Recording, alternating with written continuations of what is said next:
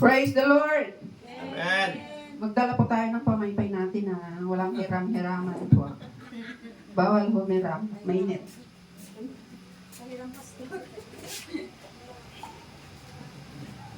Hallelujah! Amen! Sa totoo lang pala niyo po ng ko yung hallelujah pala. Hindi lang siya pala basta hallelujah. Purihin pala siya. Amen? Akala ko word lang na hallelujah. May ibig sabihin pala siya. So pag sinabi po natin hallelujah, nagpupuri po tayo sa ating Amen. Hallelujah. Amen. Hallelujah. Nabasa na po kanina ang ating teksto na matatagpuan sa Juan. Gusto ko lamang pong ulitin yung verse 5 dahil doon po tayo Ako ang puno ng ubas, kayo ang mga sanga, ang mananatili sa akin at ako sa kanya ay siyang nagbubunga ng sagana. Sapagkat wala tayong magagawa, wala akong magagawa kung tayo'y hiwalay sa Diyos. Amen? Amen. Ang tema po natin ngayong gabi ay tamang puno. Kung last Sunday po, kung nakinig po tayo, yung puno ni Pastor, hihintuan ng grasya ng Panginoon. Amen? Na-pick up po ba natin yon? May puno po doon na hihintuan ng grasya ng Panginoon. Ngayon naman po, tamang puno ng saya, ng tuwa, ng galak. Actually, may katulayan bilang Kristiyano po. So, yung mga tuwa natin, mga saya natin, may galak po. Totoo po ba? O peke-peke lang? So, hanapin po natin yung totoong saya, tuwa, galak sa ating Panginoon. Mga kapatid, lobat na po ba kayo? Nalulubat po ba kayo kahit na Kristiyano na kayo? Kanina sabi ni Pastor, napapagod din daw. Nakakatulog ng di niya namamalayan. So, Kristiyano yan Bishop yan. Napapagod. Amen? Nawawalan ka rin ba ng saya, tuwa, o galak? Kahit Kristiyano ka na? Amen po ba? Kristiyano ka na, pero napapagod. Amen? Not only physical. Hindi lang po sa ating physical. Pero napapagod din po ang ating emosyon. And spiritually, napapagod din po tayo. Amen? So, ang gusto kong pag-usapan natin ngayon, kung tayo po ay napapagod, kahit na Kristiyano tayo, paano tayo magiging malakas? Paano tayo magiging masaya, tuwa, may galak, yung totoo, hindi peke-peke lang. Na minsan mayroon diyang, kunwari masaya, natutuwa, nagagalak, pero hindi totoo yun. May nararamdaman siya sa loob. May problema, something gano'n. So, paano tayo magiging malakas? Meron pong tatlo dito. Number 1 is remain in Christ. In Tagalog, nananatili kay Kristo, katulad ng ating teksto. Pangalawa, submit to God's pruning. O the branches in the sanga, pruning po. Dapat po pumapayag tayo palagi, huwag yung wag. Pangatlo, obey His command. Pero ngayon pong gabi, pag-uusapan po natin yung number 1. Remain in Christ para mahanap mo yung totoong saya, totoong tuwa, totoong galak. Yung tunay. Amen? Remain in Christ. Yun nga po ang sabi niya, remain in Christ is manatili kay Kristo. Means, ibig niyang sabihin, stay connected. Dapat may connection tayo sa Panginoon. Nakadepende sa Panginoon. Surrender sa Panginoon. And continually drawing life from Jesus like the branch sa kanyang mga sanga. Connected to the vine. Not only once a week, hindi lang po isang linggo, hindi lang po tuwing linggo, hindi lang po tuwing Wednesday night, but daily. Araw-araw po yan, dapat po may connection tayo. Moment by moment, dapat po may connection tayo sa Panginoon. Dapat konektado ka palagi sa Panginoon. Dahil yun nga po, focus po tayo doon sa sabi ng Panginoon doon, sapagkat wala kayong magagawa kung kayo'y hiwalay sa akin. So, we need the connection. Kahit nasabihin natin na magaling tayo, may brain tayo, magaling tayo sa trabaho, may skills ka, mataas ang pinag-aralan mo, kumikita ka ng maraming pera, pero nare-realize mo ba na yung ginagawa mo ay mayroong eternal value? Hindi lang po ba yung ginagawa mo ay ano lang, makapag-business ka lang, makapagtrabaho ka lang sa opisina, ganun araw-araw nangyayari sa'yo, pero wala kang nagagawang mayroong eternal value para sa'yo at para sa kaharian ng Panginoon. At para sa hinaharap, pag nagkita na kayo ng Panginoon, niya tinalpas mo yung naramid mo dyan, daga, kunanton ni Apo. So, ang manatili, nag-search naman ako ng konti, ang ibig sabihin niya daw sa guide, walang dak, ibig niyang sabihin sa great is mino. Ang mino is manatili nga. Tumira, mag-stay, magpatuloy, at hindi bumibitaw. Amen? Hindi ito sinasabi lang ng Panginoon na inuutos na, sige, maghanap buhay ka dyan, gumawa ka ng sarili mong sikap para makuha mo yung totoong joy, yung totoong galak sa buhay mo. Hindi po yun command ng Panginoon, kundi ang sabi niya, manatili ka kasi wala kang magagawa kung ikaw lang. Amen? Wala kang magagawa kung hiwalay ka sa akin, sabi ng Panginoon. Hindi ka magkakaroon ng joy kung hindi ka mananatili sa Panginoon.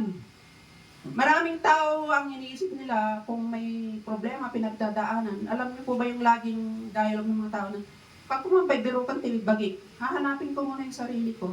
Pupunta ko sa Baguio, ganito, Boracay. Hahanapin yung sarili. Ba't kaya nawawala kayo yung sarili?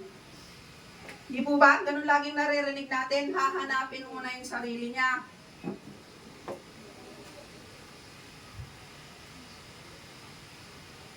Dahil nga po, mayroon nga pong mga, sabi ko kanina, may tagumpay, o may saya, may tuwa, may galak na hindi totoo.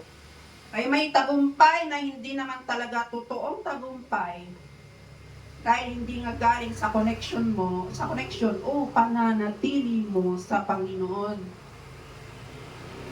Pero ang bunga ng connection mo sa Panginoon ay nagbibigay ng totoong tagumpay at totoong galak.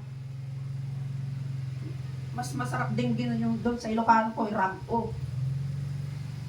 Nauna, iba lang po kasi yung saya, mababaw lang yun, pero pag nagkaroon ka ng joy in your heart, iba po yun. Galak po yun sa kalooban, iba po yun sa saya. Kung mari yung sa saya po, nanala ko ng wedding, ang saya-saya ko, marami akong pera. But I don't have the joy in my heart. Amen? Example din po ng tagumpay na hindi nakakonect sa Panginoon. Kunwari po na-promote ka po sa trabaho mo, pero nagbago ka naman. Naging mayabang ka, naging mapagmataas ka, porque naging presidente ka na sa opisina, yung naging CEO ka. Pero nag-iba yung ugali mo. At wala ka na ring peace. So yun po, masasabi po yun na hindi tagumpay na nanggagaling sa Panginoon. Dahil nag-iba yung ugali mo eh. Nung hindi ka pa na-promote, hindi ka naman ganon. Medyo ka lang. Pero nung na-promote ka na, mapangmataas ka na. Pero ang totoong nananatili sa Panginoon, kahit hindi pa na-promote, hindi pa nagbabago yung sitwasyon niya, katulong pa lang tata.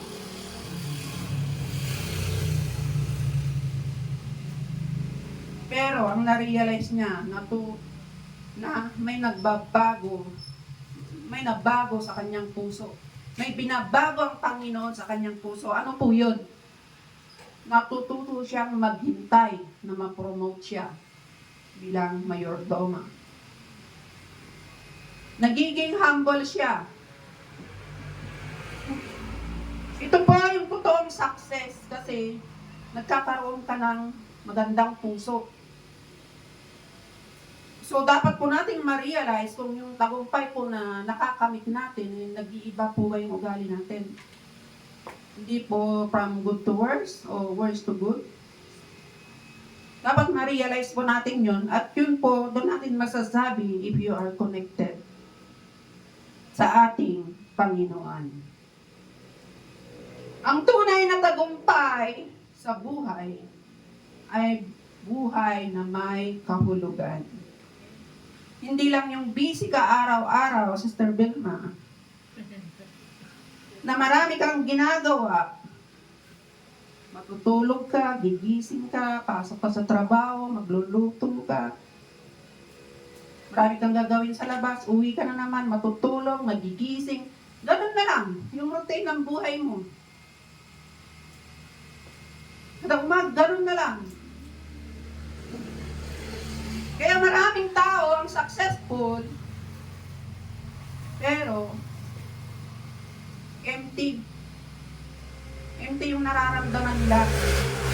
Oo, mayaman, may kotse, may bahay, pero yung pakiramdam nila, they are empty. Marami achievement, pero walang direction yung buhay nila. Pero ang bunga ng pananatili sa Panginoong Jesus ay buhay na meaningful, katulad ng ginagawa natin. Amen? Amen. Oh, hindi lang po tayo namamasyan pag may pinupuntahan tayo.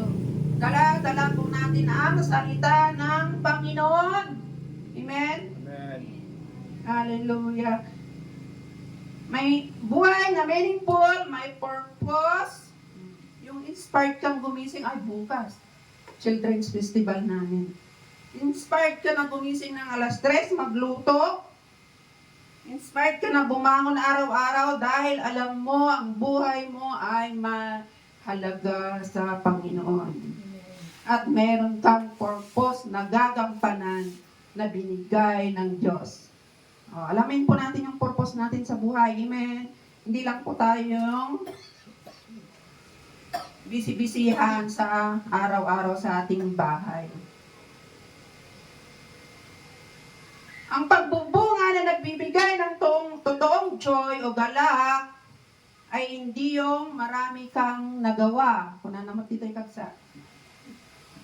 Kundi yung maranasan mo na may ginagawa ang Diyos sa buhay mo. Amen. Amen.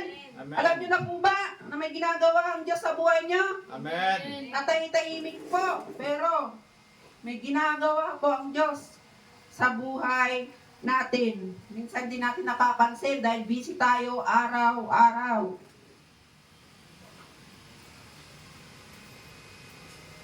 May sinasabi na kung yung branch and the vine, pag naputol ang sanga, ano pong nangyayari doon sa naputol na sanga ng kalamansi, mame? Mabiyak? Amen. Ito ay matutuyo, mangingitim, mapuputol. Pero kapag nakakabit yung sanga sa puno, kahit na bumagyo humangin, kahit na mainit pa, kahit na may peste, o yadagidikwana, may peste pa yung sanga, mananatiling buhay, masigla, namumunga. Bakit? Bakit mga kapatid? Kasi yung nutrients na gagaling sa puno, sa ugat, ay dumadaloy papunta sa mga sanga. Amen? Ang ibig sabihin, hindi ikaw ang source. Amen? kundi ang Panginoong Jesus ang source ng joy at tagumpay at lahat ng nagagawa mo na may eternal value. Hindi lang yung andyan lang sa labas-labas na marami kang nagawa dyan sa labas, pero may halaga po ba yan sa kaharian ng Panginoon? Yun po ang tanongin nyo. Kung yung nagagawa mo sa maghapon ay nakakatulong ba o may eternal value ba sa kaharian ng Panginoon? Siya ang puno, ikaw at ako ay sanga lamang. Kaya kung hiwalay tayo sa Kanya, tayo ay matutuyo. Kaya ito kumbat kapsa. Tayo ay mamamatay. Amen? Katulad ng sanga na naputol sa kanyang puno. Tayo ay receiver lamang, tagatanggap lang tayo. Pero ang source ay ang Panginoong Jesus. Yung puno ang nagsusource para dun sa kanyang mga sanga. Amen? Amen. Eh kung ganun po na sa ministry, nalulungkot ka, nabuboring ka, ano pong ginagawa mo? Maaari pong hinahanap natin ang joy sa labas minsan kung nabuboring na tayo sa ministry. Pagka man nagpasyar. Maaaring hinahanap mo ang joy sa labas, kunwari sa trabaho mo, pag nagtagumpay ka o na-promote ka, di po ba, tuwang-tuwa ka, nagsiselebrate ka pa. Oh, na-promote ako. Pero pagkatapos po ng celebration, ano pong nararamdaman mo? Pagod? Pagod ka rin, ano po? Dahil yun lang po ay galing sa performance mo. Maaaring hinahanap mo yung joy sa approval at papuri ng iba. Kunwari, doon sa Facebook natin, na nag-post ka, na unti nag-like, sa unti nag-follow. Nya, ang pinag-like, sa unti nag-heart. Kasi hindi ka nga matay-matay, emosyon mo. Emotionally unstable ka kasi wala mang yung nagpa-follow sa post mo. Doon mo hinahanap yung joy sa pagpo-post. Na minsan pa, pag may nag-comment, nakiapa ka pa. Amen? Kasi yung mga nagko-comment may negative, hindi po natin may iwasan na may negative. Ano pa? Hinahanap natin sa bisyo. Temporary pleasure. Or more work ka ng work. Dahil wala ka ng joy eh. Hinahanap mo sa iba-ibang bagay yung joy na hinahanap mo. Kaya pagka ginumtiharap, kapag bar, o napagkagkapi-kapi. Number 4, hinahanap mo rin ito sa isang relasyon. Yung pagka-boring mo, kunwari dito, nabuboring ka, naghahanap ka ng ka-intimate relationship mo. Pero yung gusto mo, pinipilit mo doon sa karelasyon mo. Ang kasta, dapat kastoy ka. Dapat every morning, adati, makdo. Dapat every morning at chat ka kanya, good morning. Good night ka, I love you ka, kastoy kasjay. Na syempre, yung karelasyon mo, hindi naman siya perfecto, hindi naman siya si God. Minsan, hindi rin nakaka-text. So, wala din po yun. Yung mga ganun na hinahanap natin yung joy sa labas, ayun nga po, sa tagumpay natin sa labas, sa approval at papuri ng ibang tao sa labas, pupunta tayo sa bisyo o kung ano-ano man, mga trabaho, sa relasyon. Pero ano pong nangyayari? Para lang po yung saksakan. Yung maling saksakan po, pag sinaksak mo kunwari yung kay pastor, kailangan pa niya ng adaptor. Hindi masaksak doon sa saksakan ni mami. Parang plug yan na hindi kasya sa saksakan at kahit anong gawin mo ay hindi ka talaga ma-charge. Kasi mali yung pinupuntahan mo para hanapin yung joy mo. At ito ang katotohanan na wala kayong magagawa kung kayo'y iwalay sa Kanya. Siyempre, hindi ka maka-charge kasi ano yung power ni piano ni pastor. Mali yung mag-isaksakan na. Amen? Hindi sinabi ng Panginoon na mahihirapan kayo, hindi sinabi ng Panginoon na kunti lang ang magagawa ninyo. Pero kung lubat kayo, hindi ibig sabihin na masamang Kristiyano ka na. Kung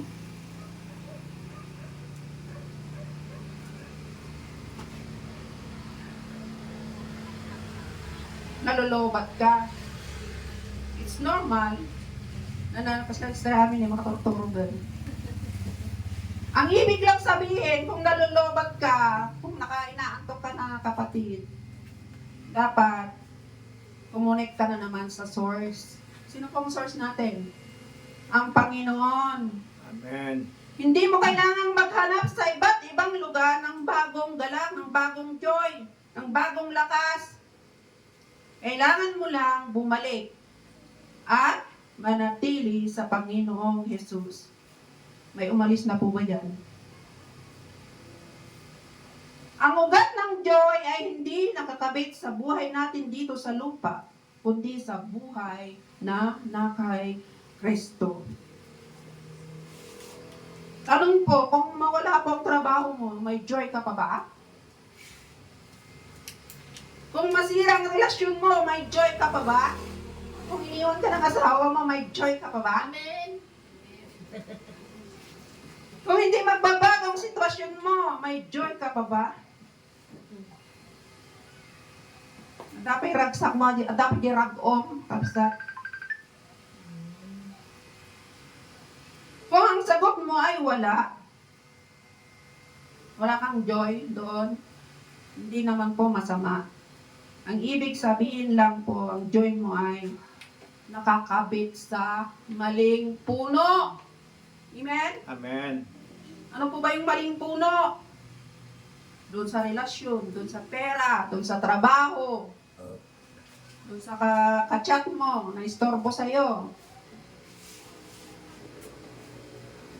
Doon ang security mo. Nakakabit lang po tayo sa maling puno kung wala tayong joy. Kung nawalan ka ng asawa, wala ka ng joy, nawala ka ng pera, nawala ka ng joy. Nais ka sa trabaho, nawala yung joy mo.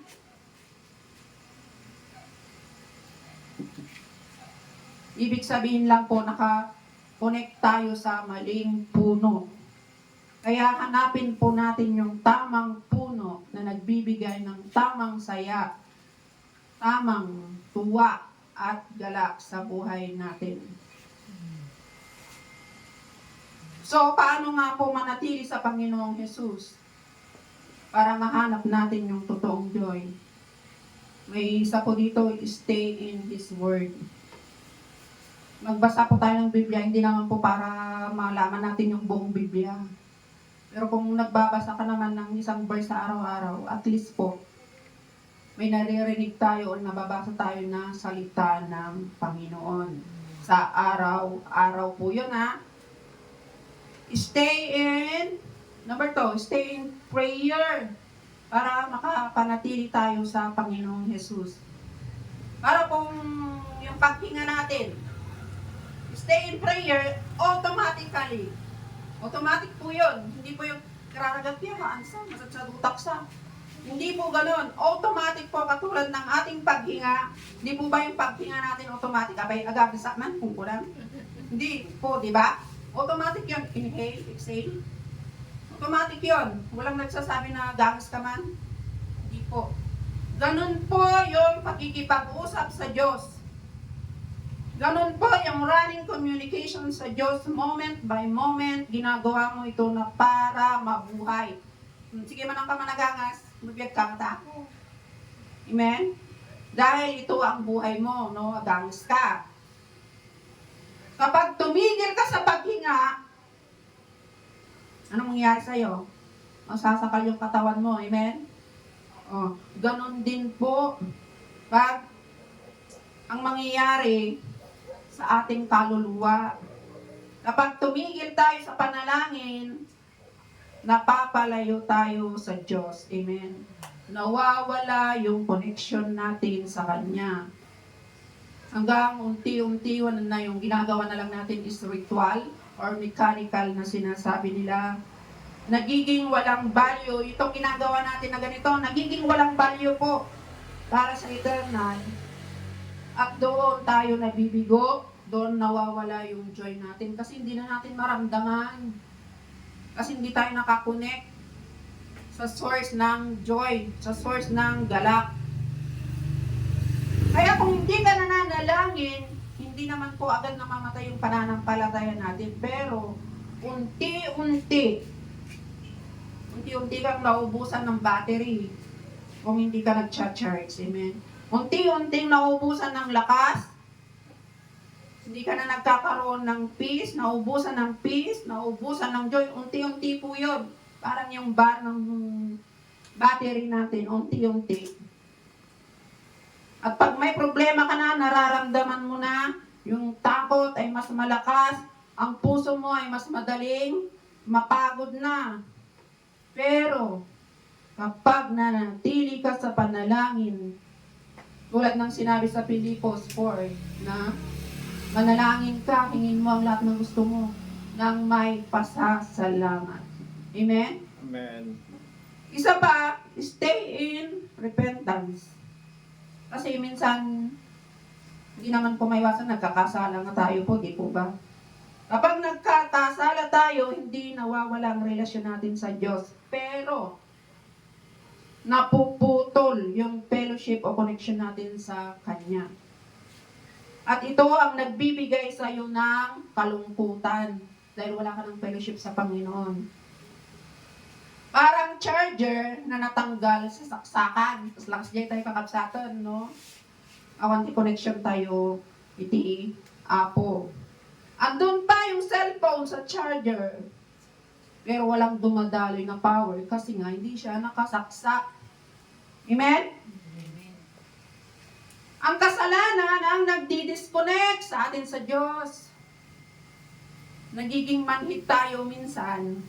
Yung puso, bumibigat yung konsensya natin, kaya nawawala po yung joy, yung galak sa ating puso. Kaya kahit po minsan nagsaserve tayo, o ganito, nag-worship po tayo, kung nararamdaman nyo po, parang wala tayong kabuhay-buhay. God is so good. Yan, pastor, no, kanta, patakamot, ganun po, salamat matay. Amen? Kasi nga, yung kasalanan, ang humahadlang sa connection natin sa Diyos. Amen?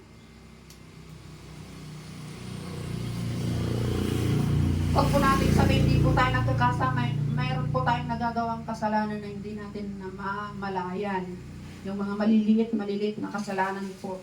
Na yun pala ang dahilan na naihinder yung tamang worship natin sa Panginoon. Doon mamatay-matay kan kasano may namari nag-joy mo, may nag-worship ka tangarabi kasi may kinikim-kim ka. But praise God! Ayon sa 1 John 1:9, ang sabi niya daw, kapag tayo ay nagsisi at umamin, di naman po tayo tinatabi ng Panginoon. Sa halip, muli nga tayong nililinis at binabalik ang koneksyon. Amen? Binabalik niya tayo sa koneksyon. Pag tayo ay nanalangin, nagsisi, umamin tayo, aminin mo, kayong dalawa nga lang eh. Walang mahiya sa Panginoon. Amen? Amen. Ang pagsisisi ay hindi lamang paghingi ng tawad, ito ay pagbabalik loob sa ating Panginoon. Pagbitaw sa kasalanan at paglapit mong muli sa Diyos. Sa tuwing tayo ay nagsisisi, kumunik ko di chargeran ang natin mangyari kapsat. Dumaloy ang di poweran, sinyamon. Muling dumadaloy yung biyaya. Andun na yung biyaya, andun na yung lakas mo. Tignan mo. Muling dumadaloy yung peace of mind and heart. Muling dumadaloy yung galak, yung joy. Pag naka-connect ka na sa saksakan. Ngayon kapatid, kung mayroon po tayong dapat aminin o pagsisihan ngayong gabi, simulan na po natin. Simulan natin bumalik sa ating Panginoon at manatili sa Kanya. Tayo pong lahat ay tumayo. Ito lamang po ang iiwan ko. Kung mayroon po tayong dala-dala ngayong gabi, simulan po natin magsisi, aminin sa Panginoon. Bumalik loob sa Panginoon. Magbalik loob tayo sa Panginoon. At ang mensahe po natin ngayong gabi ay manatili tayo sa tamang puno. Amen. Para magkaroon po tayo ng source. Hallelujah. Maraming salamat, Panginoon. Ibibigay ko po kay Bishop yung may dadagdag niya o conclusion niya sa ating tema ngayong gabi na manatili tayo sa ating Panginoon. Maraming salamat, Pastor Lucas, sa napakagandang mensahe ng ating Panginoon. Tayo po ay challenge na manatili tayo sa Diyos. Whatever situations, whatever trials, whatever problems na maranasan po natin sa ating mga buhay, still, manatili tayo sa Panginoon. Huwag na huwag kang bibitaw sa Panginoon. Huwag na huwag nating bibitawan ang Panginoon. Huwag na huwag nating ipagpapalit ang Panginoon sa kahit anumang material, sa kahit anumang financial, sa kahit anumang bagay. Huwag na huwag nating ipagpapalit ang Panginoon. We must stay in the Lord. At kapag nakita yun ng Panginoon, na ikaw ay nananatili sa Kanya, anumang sitwasyon ang maranasan natin, kakaiba ang mararanasan mo sa buhay mo. Dahil napakaliwanag ang sinabi ng salita ng Diyos. He will bless you in and out. Magpapalain ka niya sa loob at sa labas ng iyong tahanan, pati ang iyong buong sambayanan. Panginoon, sa gabing ito, maraming salamat sa inyong masalita. Yes, there are times na umiiral ang aming human nature. Minsan, nagagawa naming mas tinitingnan yung mga material, yung mga financial, yung mga ibang samahan na sa palagay namin, sa tingin namin, silang nakapagbibigay ng kagalakan, kapayapaan sa aming mga puso. But Lord, ikaw pala.